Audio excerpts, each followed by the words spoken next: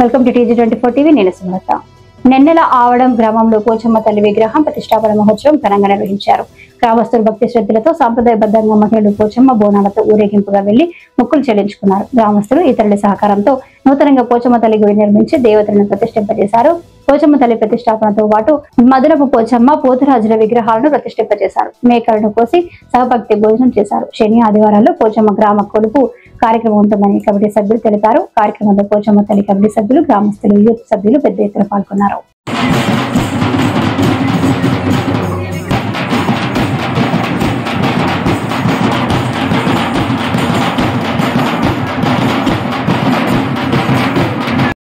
కొత్తగా పోషమ్మ గుడి కట్టుకున్నాం కాబట్టి ఈ కొత్త విగ్రహాలు తెచ్చి పెట్టుకున్నాము. ఈ రోజు ఇనాగ్రేషన్ చేసుకున్నాము.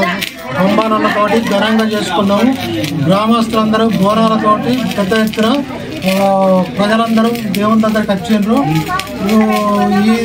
ఈ ఆదివారం శనివారం ఊరు కొలుపు కూడా కొలుస్తామని అందరం నిర్ణయించుకున్నాం. అది కూడా పెద్దగా మొత్తం సక్సెస్ చేద్దామని మేమందరం గ్రామస్తులం అందరం అనుకుంటాను. ఇదంతా మీరు అందరూ ఉన్న గ్రామస్తులందరూ సహకరించాలని మేము కోరుకుంటున్నాం. హాయ్ అండి, నేను మీ Satyasri. Please do subscribe TG24 TV.